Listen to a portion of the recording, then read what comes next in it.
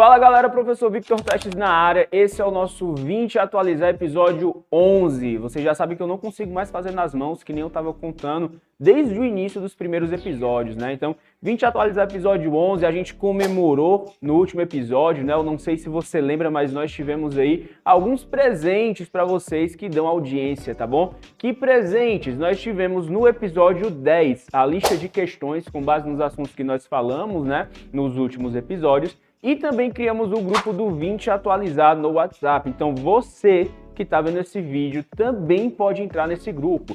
Como, professor? A gente tem um link, esse link te leva para o grupo do WhatsApp, onde nesse grupo, na verdade, o objetivo é fazer com que você se informe diariamente. Eu mesmo faço uma curadoria de questões para levar aquela informação de qualidade verídica para vocês, para que vocês possam se manter informados.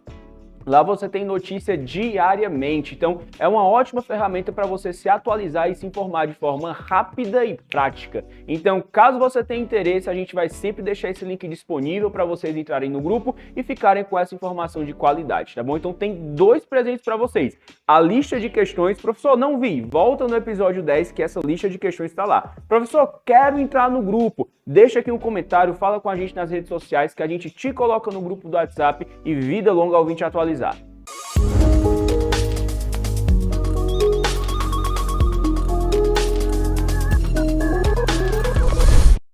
Hoje, inclusive, no dia dessa gravação, vale a pena lembrar que estamos no dia 11 de agosto. O episódio só vai ao ar na segunda-feira, então quando você estiver assistindo, o dia 11 de agosto já vai ter passado. Mas eu não posso deixar de desejar o quê? Um feliz dia do estudante para você. A gente sabe que os ouvintes, né, as pessoas que nos dão audiência, em sua grande maioria são o quê? São pessoas que estão buscando passar no vestibular. Então, um feliz dia do estudante para você. A gente vai ter um feriadão emendado aí, vai ser muito bom. Espero que você descanse, mas que você também cumpra com seus compromissos de estudante para passar no vestibular e, obviamente, continue consumindo um conteúdo com uma qualidade elevadíssima aqui no nosso canal, tá certo? Então, feliz dia do estudante para você. E para começar, assunto 1 do 20 atualizar de hoje, você com certeza viu essa notícia porque movimentou a política internacional e principalmente a política na América Latina. Nós estamos falando, né, do assassinato do candidato à presidência do Equador, o Fernando Villavicencio, tá certo, galera? Infelizmente a gente teve essa situação ocorrendo e ganhou um destaque internacional porque você teve um presidenciável sendo ali alvo de um atentado que infelizmente, né, obteve ali o sucesso. A economia, a política internacional reagiram diante dessa situação porque mostra, de certa forma, uma fragilidade do Equador nesse momento, porque você está dentro de um processo eleitoral, eleições essas que vão ocorrer agora no dia 20 de agosto, e obviamente que esse período eleitoral movimenta muito ali o país como um todo. E dentro das pautas eleitorais do Fernando Villavicencio estava principalmente o combate a quê? À corrupção e ao narcotráfico. Ele estava realmente batendo de frente nesse ponto aí, estava fazendo um comício onde estava dando declarações sobre esse assunto e ele realmente chamou a responsabilidade para combater o que ele, Fernando Villavicencio, chamava de narco-estado, como se o Equador estivesse literalmente tomado aí pelas facções, grupos, né, terroristas, grupos do narcotráfico. Inclusive, esse assassinato é tomado como um ato político terrorista, tá bom, galera? Então, tem uma situação um tanto quanto delicada a respeito do que o Equador está vivendo dentro do seu processo eleitoral. E o crime organizado mandou um recado ao fazer essa execução do presidenciável. Você mostrou ali o quê? Que aquele que se colocar em oposição ao crime organizado, aquele que se colocar para bater de frente com os cartéis, com os grupos narcotraficantes, eles provavelmente vão enfrentar aí algumas retaliações. E você fica sempre nesse embate. O Estado equatoriano contra o quê? Contra os grupos terroristas de narcotraficantes. Esses grupos que trabalham, esses grupos do cartel que agem dentro dessa esfera criminal. Então você tem uma situação um quanto criminosa. Qual é o poder que vai prevalecer? Vai prevalecer o quê, Vitor? A questão do Estado do Equador ou os grupos que agem dentro da esfera do narcotráfico. O narcotráfico, quando se sentiu ameaçado, foi lá e reagiu de qual forma? Assassinou um presidenciável no Equador. Vitor, e quem era Fernando Villavicencio? Fernando Villavicencio, galera, ele era um jornalista de profissão, mas que também estava agora na carreira política. E dentro da carreira política, a principal pauta dele era a segurança no Equador. Na verdade, essa pauta da segurança no Equador, só para deixar claro, não era defendida apenas por ele, mas também por outros candidatos, porque o Equador tem se tornado um país cada vez mais violento. Professor, e por que o Equador está se tornando um país cada vez mais violento? A verdade é que esse país, galera, está sendo tomado pelos grupos criminosos, está sendo tomado, inclusive, por cartéis internacionais, como cartéis do próprio México, que agora tem contato e tem base no próprio Equador. O Equador, infelizmente, está ganhando uma certa notoriedade dentro do quê? Do narcotráfico internacional. Vale destacar que a posição geográfica do Equador sempre deixou ali uma situação bem delicada, porque ele está entre quem? Ele está entre a Colômbia e ele está entre o Peru, os dois maiores produtores mundiais de quê? De cocaína. Então o Equador estava no meio de dois países que têm uma grande produção e acabou agora também sendo tomado por essa questão do narcotráfico. E sobre o assassinato do Fernando Villavicencio, nós tivemos o grupo Los Lobos assumindo essa autoria e essa responsabilidade, tá certo? Esse grupo que tem ligações íntimas com o narcotráfico, esse grupo que tem ligações íntimas com homicídios, com ações dentro dos presídios do Equador. Então esse grupo, ele já é um grupo conhecido, já é um grupo que tem um tamanho considerável dentro daquele país. Esse grupo chamou a responsabilidade, chamou a autoria para o assassinato desse presidenciável. Então a situação um tanto quanto delicada que nós conseguimos verificar aí. Vitor, o que vai ser feito agora? A gente, até o momento em que estamos gravando aqui, tá certo? Esse episódio do Vim Te Atualizar, a gente não tem ainda uma definição de quem vai assumir o lugar do Fernando Villavicencio dentro do pleito eleitoral. Não sabemos nem se terá alguém para assumir essa posição e coloca todos os outros candidatos em risco. Risco esse que já vinha sendo corrido pelo próprio Fernando Villavicencio, que no ano passado teve a sua casa recebendo tiros. Então ele já levantava essa bandeira. Os grupos já ameaçavam Fernando Villavicencio. Então o que aconteceu ali, de certa forma, já era uma situação que estava sendo prevista. Uma pessoa que estava batendo de frente, os grupos narcotraficantes que estavam mandando recado. E infelizmente eles tiveram aí essa situação onde concluíram o plano de assassinar o presidenciável Fernando Villavicencio.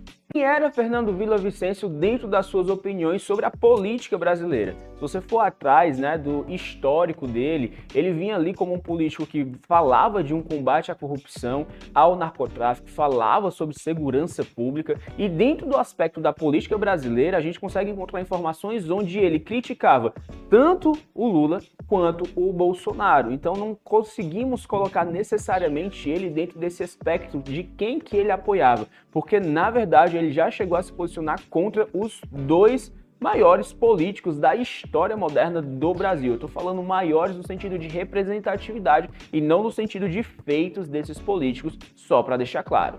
A gente vai ficar de olho nesses acontecimentos porque o Fernando Villavicencio ele foi assassinado ali na quarta-feira. Hoje nós estamos gravando esse Vim Te Atualizar na sexta-feira. Provavelmente quando esse episódio sair nós já teremos informações novas e aquilo que nós tivemos de informações relevantes pode ter certeza que nós vamos estar atualizando vocês. No nosso assunto 2, vamos falar sobre meio ambiente e sobre política também, porque a semana ambiental no Brasil foi movimentada. A gente teve na última terça e na última quarta-feira a cúpula da Amazônia, que ocorreu aonde, obviamente, em um local que tivesse floresta amazônica. Estamos falando de quê? Belém, região norte do país, tá certo? Nós tivemos essa reunião que, obviamente, tinha também como pauta questões ambientais, a questão de preservação da floresta, desenvolvimento sustentável, direito dos povos indígenas, Isso movimentou aqui a política interna brasileira, visto que o meio ambiente sempre é destaque, seja para qual for o presidente. A questão do desmatamento sempre é um destaque. A questão dos povos indígenas sempre é um destaque. Essas questões, elas são questões que não são de um ou outro presidente, mas elas estão perpétuas na política brasileira porque são questões que merecem o devido cuidado. E justamente para lidar com elas, nós tivemos na última semana a cúpula da Amazônia. Professor, e o que ficou resolvido nessa cúpula da Amazônia? A principal informação que você precisa saber sobre a Cúpula da Amazônia, acredito eu que seja o documento que vem dessa reunião. Toda reunião ambiental, climática, toda reunião costuma ter algum documento posterior para falar daquilo que foi firmado nesse acordo, nessas conversas. E a reunião da Cúpula da Amazônia, não de forma diferente, também vem com um documento para formalizar o que ficou estabelecido ali. Nós temos a Declaração de Belém. Você vestibulanda, presta atenção que você precisa saber sobre questões ambientais e sobre documentos de pauta ambiental. Da mesma forma que você já viu na sua apostila, por exemplo, um protocolo de Kyoto, tá certo? Da mesma forma que você já ouviu falar de um acordo de Paris, provavelmente nos próximos vestibulares e na sua apostila vai ter informação sobre o quê? Sobre a Declaração de Belém. Vitor, o que é que a Declaração de Belém fala? Ela fala sobre os cuidados com a preservação da floresta, ela fala sobre os cuidados com os povos indígenas e o principal, presta atenção nesse termo, ela fala sobre o ponto de não retorno. O que é o ponto de não retorno? É um ponto que não dá para tu voltar mais.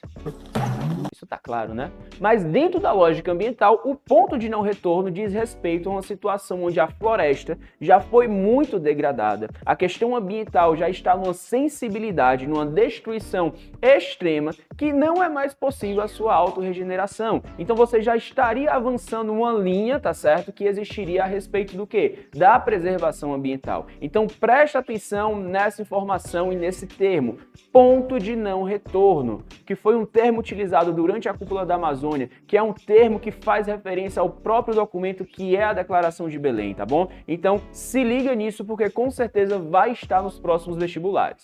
Da Cúpula da Amazônia, a gente também destaca a questão indígena, como eu mencionei para vocês, a respeito de demarcação de terras dos povos tradicionais. A gente pode pegar como referência até mesmo a última redação do Enem, onde nós falamos sobre povos tradicionais, onde você que fez essa redação mencionou a respeito dos povos tradicionais, que no caso eu estou falando de quem? Dos povos indígenas, tá bom? E essa demarcação de terras, fica atento também a uma outra situação, um outro termo, o marco temporal. Professor Vitor, o que é que diz o marco temporal dentro da situação indígena? Nós estamos falando de uma situação política interna brasileira um tanto quanto delicada, que diz respeito à habitação dos indígenas em terras que eles só estariam ocupando até a nossa Constituição de 88. É como se eles só tivessem acesso e direito a essas terras. Tudo que vem depois disso não entraria. Então dou uma dica para você, vá atrás de estudar e de conferir informações sobre o marco temporal.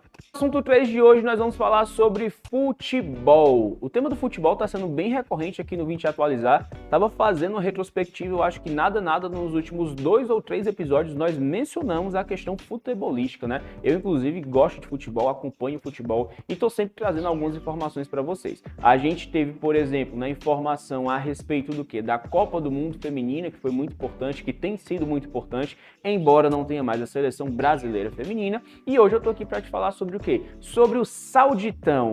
O Sauditão, meu povo. O Sauditão, o campeonato da Arábia Saudita, que eu também cheguei a mencionar no último Vim Te Atualizar. E por que a gente tem que saber sobre o Sauditão, sobre a Liga Árabe? Galera, pelo amor de Deus, a Liga Árabe está atraindo muitos jogadores. E hoje que eu tô gravando aqui, dia 11 de agosto, o Sauditão passa a ter transmissão em TV aberta no Brasil. Você vai conseguir acompanhar Benzema, Cristiano Ronaldo, dentre outros craques, na nossa TV aberta. Isso, inclusive, é um fato muito importante. Por quê? Porque você passa, de certa forma, a quebrar, com o passar do tempo, esse monopólio das transmissões esportivas. Vitor, como assim o monopólio das transmissões esportivas? Durante muito tempo, a gente que queria acompanhar futebol, independente do campeonato que fosse, a gente ficava muito preso à Rede Globo, que sempre teve o monopólio dessas transmissões. Mas com o passar do tempo, nós estamos aí com outras emissoras entrando na briga para transmitir os mais diversos campeonatos. Então, por conta disso, nós conseguimos ter acesso a outros conteúdos de futebol. E, inclusive, lá na Arábia Saudita, que está atraindo muitos craques, a gente já falou sobre isso, né? Você começa a ter agora uma transmissão que vai ser divulgada aqui no nosso país. Então você consegue assistir o Sauditão na Band. Lembrando que eu também não estou aqui para fazer propaganda da Band nem nada do tipo, eu só estou te falando a informação, porque eu tenho certeza que você que gosta de futebol vai querer estar acompanhando esse campeonato e vai querer conferir, tá certo? Os seus craques, as pessoas que você gosta, né? Se apresentando lá. Agora, para finalizar o nosso assunto 4, vamos falar de quem? Vamos falar dos Estados Unidos. Achou que era Rússia e Ucrânia, né? Porque sempre tem Rússia e Ucrânia, mas hoje não tem. Vamos falar dos Estados Unidos, que também sempre aparecem no noticiário internacional, né? Professor, o que é importante a gente saber dos Estados Unidos dentro dessa última semana? Galera, os Estados Unidos, o nosso presidente americano, Joe Biden, né? Ele está aí estabelecendo algumas regras e proibições a respeito de investimentos dos Estados Unidos em empresas chinesas, porque ele acredita que isso pode fortalecer a China no setor de alta tecnologia, no setor bélico, no setor militar. Então, visando não favorecer os chineses, o Joe Biden está estabelecendo essas proibições. Teve a rota agora, viu, Bruno? Se tu quiser fazer os cortes que tu faz. Por que isso merece um destaque? Porque é um tanto quanto contraditório os Estados Unidos estabelecerem proibição a respeito daquilo que as pessoas, as empresas, podem ou não investir. Como assim? Estados Unidos sempre foi exemplo de uma democracia liberal, de uma liberdade de expressão, de um liberalismo econômico. E esses mesmos Estados Unidos, agora eles estão estabelecendo regras sobre onde você pode investir. Se você tem uma empresa, se você investe, se você pensa em investir em alguma empresa chinesa, você tem que passar pela devida autorização do governo, que já está proibindo esse tipo de ação. Então, um país que é conhecido, ou pelo menos deveria ser conhecido, por aquela democracia liberal que a gente sempre vê, por aquele assunto de liberdade de expressão, pelo aquele caráter da liberdade americana, agora está com a medida um tanto quanto controladora, que é caráter, né, de países, podemos dizer, ditatoriais. Controlar, dizer o que a população pode ou não investir. Obviamente, se a gente for analisar friamente, o presidente Joe Biden, ele tem os seus motivos para isso, visto que Estados Unidos e China estão nesse embate geopolítico e econômico, né, nos últimos anos. A economia chinesa, que inclusive vem puxando muito forte a economia mundial. A economia chinesa, que provavelmente vai ultrapassar a economia americana até 2030. Então, o Joe Biden, visando um favorecimento dos Estados Unidos, um favorecimento do povo americano, começa a restringir certos investimentos em setores que ele considera sensíveis. Tá, mas isso é uma medida controladora. Você pode entender a causa macro, que seria o quê? Os Estados Unidos não perder o seu posto, a sua hegemonia dentro do cenário internacional, ok, mas isso está vindo às custas de quê? De você controlar quem que pode investir no quê. Isso não conversa com a ideia de liberdade que a gente sempre viu, ou pelo menos que sempre tentou ser promovida pelos Estados Unidos. Meu povo, é isso. Esse foi o 20 Atualizado de hoje, com informações das últimas semanas. A gente vai estar conferindo direitinho para poder te atualizar no episódio 12. Não se esquece de quê? De ativar as notificações, se inscrever no canal, deixar o teu like, deixar o teu comentário, fazer tudo que for necessário para quê? Para que a gente possa dar vida longa ao 20 Atualizado, beleza? Não se esquece também do nosso grupo no WhatsApp, entre em contato com a gente nas redes sociais para que tu possa estar entrando, porque lá tem informação diariamente para tu ficar atualizado, beleza? É isso, um beijo, um abraço.